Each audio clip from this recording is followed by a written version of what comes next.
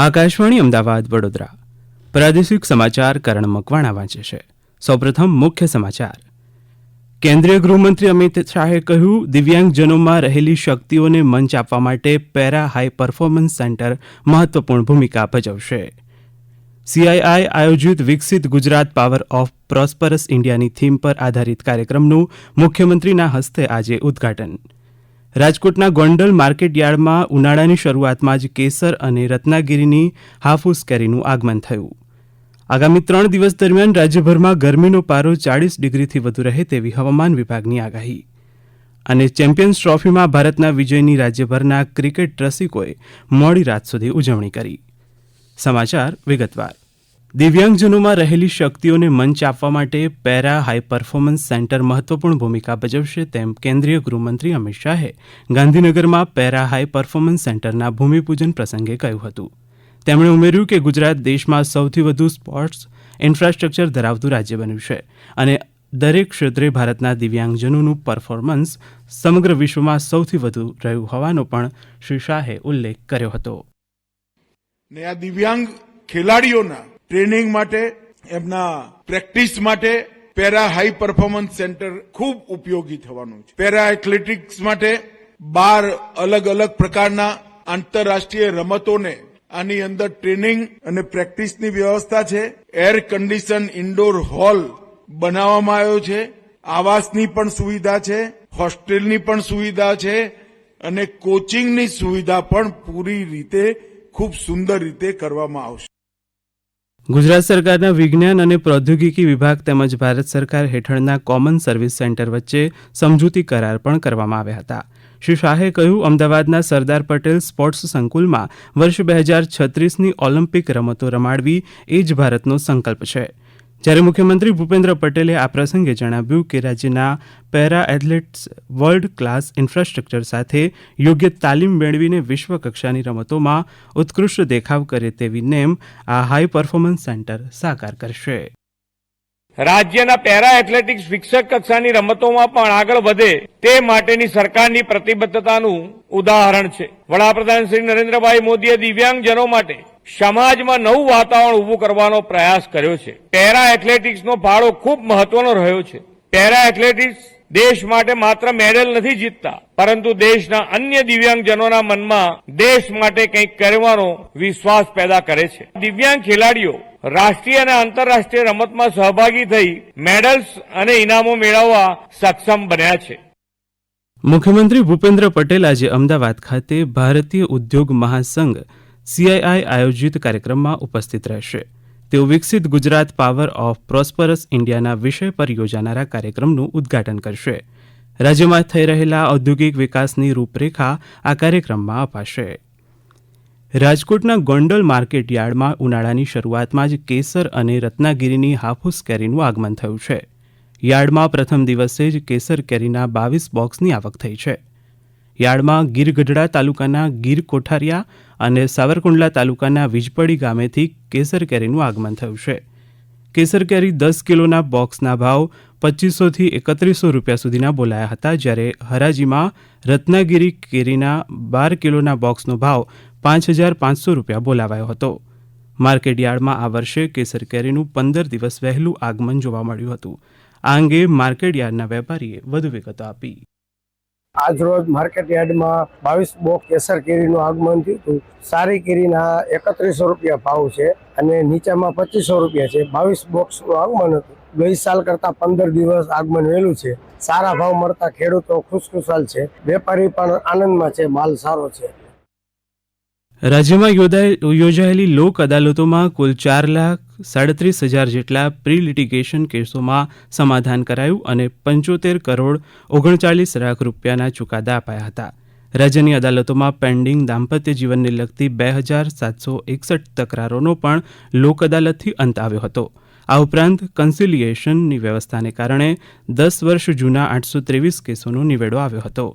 બીજી તરફ Ahmedabad city court ખાતે લોક અદાલત યોજાઈ, જેમાં મોટર અકસ્માત દીવાની દાવાઓ, કેસ, ચેક પરતને લગતી તકરારો, માત્ર દંડને શિક્ષાપાત્ર કેસો, દાંપત્ય જીવનને લગતી તકરારો તથા ઔદ્યોગિક તકરારોના 7 લાખ કેસોનો સુખદ નિરાકરણ આવ્યું અને આશરે રૂપિયા 2,700 43 કરોડ વળતરના ચુકાદા અપાયા.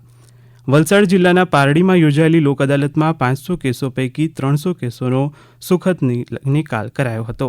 આ કાર્યક્રમમાં બેંકને લગતા કેસોમાંથી 33,90,000 રૂપિયાની રિકવરી કરવામાં આવી હતી. આ સમાચાર આપ આકાશવાણીના અમદાવાદ વડોદરા કેન્દ્ર પરથી સાંભળી રહ્યા છો.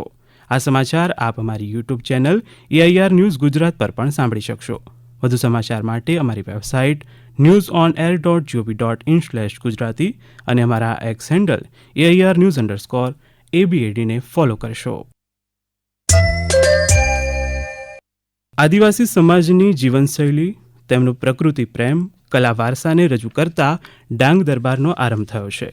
ડાંગ દરબારના આ ઐતિહાસિક લોકમેળાના ઉદ્ઘાટન સમારોહ દરમિયાન ડાંગના માજી રાજવીઓનું યથોચિત સ્વાગત કરાયું હતું. આહવાના રંગ ઉપવન ખાતે યોજાયેલ ડાંગ દરબાર ઐતિહાસિક કાર્યક્રમ વેળાએ માજી રાજવીઓ, નાયકો અને તેમના ભાવબંધુઓને 67 લાખથી વધુનું વાર્ષિક સાલિયાણું ચૂકવાયું હતું. હવે ડાંગ દરબારમાં વિવિધ સાંસ્કૃતિક કાર્યક્રમો આગામી 4 દિવસ સુધી રજૂ થશે તેવી માહિતી ડાંગના આકાશવાણીના પ્રતિનિધિ મુનિરા શેખે આપી હતી. ડાંગનો ભાતીગળ લોકમેળો જગ વિખ્યાત છે. ડાંગના 5 રાજાઓને પોલિટિકલ પેન્શન આજ પર્યંત આપવાની પ્રથા ફક્ત ડાંગ જિલ્લામાં ચાલુ છે. ડાંગનો ભાતીગળ લોકમેળો તેની સંસ્કૃતિ અને તેની પરંપરાને આજ પર્યંત જાળવી રાખી છે. ભાતીગળ લોકમેળામાં હાલે વિવિધ નૃત્યો આકર્ષણનું કેન્દ્ર બન્યા છે. સાંસ્કૃતિક કાર્યક્રમો સાથે મેળાનો આનંદ માણતા લોકો જોવા મળી રહ્યા છે. ડાંગ જિલ્લાના પોતિકા ઉત્સવ એવા ડાંગ દરબારમાં ડાંગના દરબારીઓને રંગારંગ સાંસ્કૃતિક કાર્યક્રમોની રમઝટ માણવા ડાંગ પ્રશાસન દ્વારા આયોજન કરવામાં આવ્યું છે. ડાંગ જિલ્લાથી મુનિરા શેખનો. આગામી 2 થી 3 દિવસ દરમિયાન સૌરાષ્ટ્ર, કચ્છ અને ઉત્તર ગુજરાતની નજીકના વિસ્તાર તેમજ દક્ષિણ ગુજરાતના કેટલાક વિસ્તારમાં મહત્તમ તાપમાન 40 થી 42 ડિગ્રી સેલ્સિયસ જેટલું રહેવાની આગાહી હવામાન વિભાગે વ્યક્ત કરી છે, જેના કારણે રાજ્યમાં હીટવેવની શક્યતા પણ રહેલી છે. ચેમ્પિયન્સ ટ્રોફીની ફાઇનલમાં ભારતે ન્યૂઝીલેન્ડને પરાજય આપીને ત્રીજી વાર ટ્રોફી જીતીને ઇતિહાસ સર્જ્યો છે. દુબઈ ઇન્ટરનેશનલ ક્રિકેટ સ્ટેડિયમ ખાતે ગઈકાલે રમાયેલી મેચમાં લાખો ભારતીય દર્શકોની વચ્ચે ટીમ ઇન્ડિયાએ ચેમ્પિયનને છાજે તેવી રમત દર્શાવી હતી. ટોસ જીતીને પહેલી બેટિંગ પસંદ કરનારા ન્યૂઝીલેન્ડે 50 ઓવરમાં 7 વિકેટે 251 રન કર્યા હતા.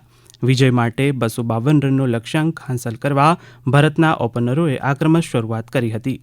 કેપ્ટન રોહિત શર્માએ આક્રમક 76, શ્રેયસ અય્યરે 48, KL રાહુલે 34 રનનું જીત માટે મહત્વપૂર્ણ યોગદાન આપ્યું હતું. રાષ્ટ્રપતિ દ્રૌપદી મુર્મુ, પ્રધાનમંત્રી નરેન્દ્ર મોદી અને કેન્દ્રીય ગૃહમંત્રી અમિત શાહે ભારતીય ટીમને ચેમ્પિયન્સ ટ્રોફી જીતવા બદલ અભિનંદન પાઠવ્યા છે. આ વિજય બાદ અમદાવાદ સહિત રાજ્યભરમાં ગઈકાલે મોડી રાત સુધી ICC ક્રિકેટ ચેમ્પિયન્સ ટ્રોફીમાં ભારતની જીતની ઉજવણી કરાઈ. પંચમહાલના ગોધરા સહિતના વિવિધ સ્થળોએ તિરંગો લહેરાવી ફટાકડા ફોડી ઉજવણી કરાઈ. મોરબીમાં અવની ચોક અને રવાપર રોડ સહિતની જગ્યાઓ પર ઉજવણી કરાઈ. પાટણ શહેરના બગવાડા દરવાજા ચોકમાં લોકોએ આતશબાજી કરી ઢોલ નગારાના તાલે નાચગાન કરીને ભારતના ભવ્ય વિજયને વધાવી લીધો હતો. તો જામનગરના હવાઈ ચોક વિસ્તારમાં ક્રિકેટ પ્રેમીઓ દ્વારા ઉજવણી કરવામાં આવી. જામનગરના ક્રિકેટ ચાહક જિગ્નેશ નંદાએ ભારતના વિજય અંગે ખુશી વ્યક્ત કરી.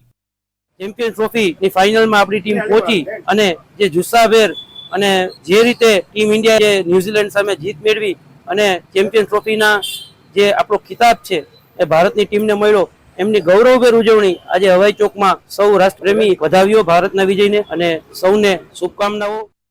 રેલવે દ્વારા હોળીના તહેવારને ધ્યાનમાં રાખીને ગઈકાલથી 28 એપ્રિલ સુધી પાટણ અને રાજકોટ લાલકુવા વચ્ચે વિશેષ ટ્રેન દોડાવાઈ રહી છે. પંચમહાલના ગોધરા ખાતે આવતીકાલે દિવ્યાંગ ઉમેદવારો માટે ઔદ્યોગિક રોજગાર ભરતી મેળો તથા સ્વરોજગાર માર્ગદર્શન શિબિર યોજાશે. અંતમાં મુખ્ય સમાચાર ફરી એકવાર. કેન્દ્રીય ગૃહમંત્રી અમિત શાહે કહ્યું, દિવ્યાંગજનોમાં રહેલી શક્તિઓને મંચ આપવા માટે પેરા હાઈ પરફોર્મન્સ સેન્ટર મહત્વપૂર્ણ ભૂમિકા ભજવશે. CII આયોજિત વિકસિત ગુજરાત પાવર ઓફ પ્રોસ્પરસ ઇન્ડિયાની થીમ પર આધારિત કાર્યક્રમનું મુખ્યમંત્રીના હસ્તે આજે ઉદ્ઘાટન. રાજકોટના ગોંડલ માર્કેટ યાર્ડમાં ઉનાળાની શરૂઆતમાં જ કેસર અને રત્નાગીરીની હાફૂસ કેરીનું આગમન.